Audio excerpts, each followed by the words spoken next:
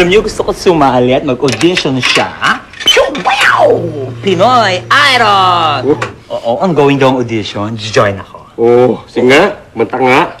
Sabihin namin kung papasa ka. Ngayon, office hours, nakakaya. Ang daming tao. Di wag na. Ay, panalo ako. Jazz yun.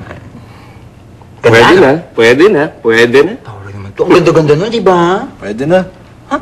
O di samahan niyo na ako mag-audition. Sure, where yan? Sandali Kasi meron pa ako di-deliver sa head office eh. Ah, sige, okay na. Okay. Uy, Charm, samahan mo ako mag-audition. Milado pa lang kami ni Boss Rick. Sige, bye. Ah? Ikaw naman kape. Tingin mo dapat ako mag-audition?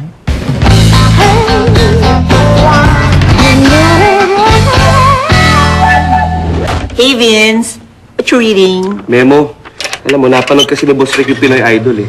Naisip niya na magandang publicity kung merong sasali dito sa kumpanya natin. Talaga? Ano pang sabi? Ano pang sabi? Sabi niya, kung marami raw sasali, magkakaroon ng elimination round. Tapos, doon pipili kung sino magiging representative. Sigurado ko magiging exciting ang labanan. Kaya lang ang problema, di na ako pwedeng sumali. Ayaw kasi ng banda namin na mag-solo venture ako eh.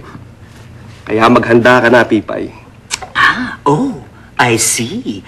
Naipamigay mo na ba yung memo na yan? Yun nga problema eh. Papasirox ko pa to, tsaka ako palang maipapamigay. Ito naman si Boss Rick, ang dami pang pinapauna sa akin. Hindi ko na nga alam kung anong gagawin ko eh. I see. I suggest, ako na lang ang gagawa kasi tapos ko ng workload ko, wala na akong ginagawa. Nakatanga na lang ako dito. Sige, Busy ka naman, di ba? Ako na bahala dyan, ha? Ay, walang problema. Tol, I owe you big time, Tol. Ay, no problem. Good luck. PG. Bahala ka na. Sige. Madali lang pala ang gayahin ito. Ano kayang font ang ginamit? Sa pinaplano ko, sigurado ako ang magiging company representative sa Pinoy Idol. Ano yung binabasa mo, Charm? Yung tungkol sa elimination round ng Pinoy Idol. Really? Anong sabi? 3 lang choices na pwedeng pagpiliin sa pagkanta. Ano? Bahay Magiliw, Bahay Kubo, at Papa Umamaw. Ang gaganda ng mga kanta. Luma eh. Wrong, Charm. Only a true Pinoy Idol can bring out the beauty from those challenging songs.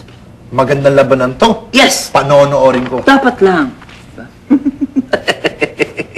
Ako na talaga magiging representative sa Pinoy Idol. Habang kumakanta sa mga lumang kanta, ako bumibirit ako ng mga bagong songs ng diva. Ano kayang kakantahin kong diva song? Song ni Armida Sigyon Reyna. Her voice echoes the pathos of a true Pinoy diva. Sayang daw nakapanood na elimination round. Kumusta, ha? Exciting ba yung laban? Oo, para ka talaga nanood ng totoong Pinoy Idol. Sino ba magiging company representative natin? Si Harvey, powerful ang rendition niya ng Papa Umamaw. Nakakaya. Si Harvey? Hindi si Pipay? Hindi eh. Nasobrahan sa practice, nawala ng boses. Pwede ba yun?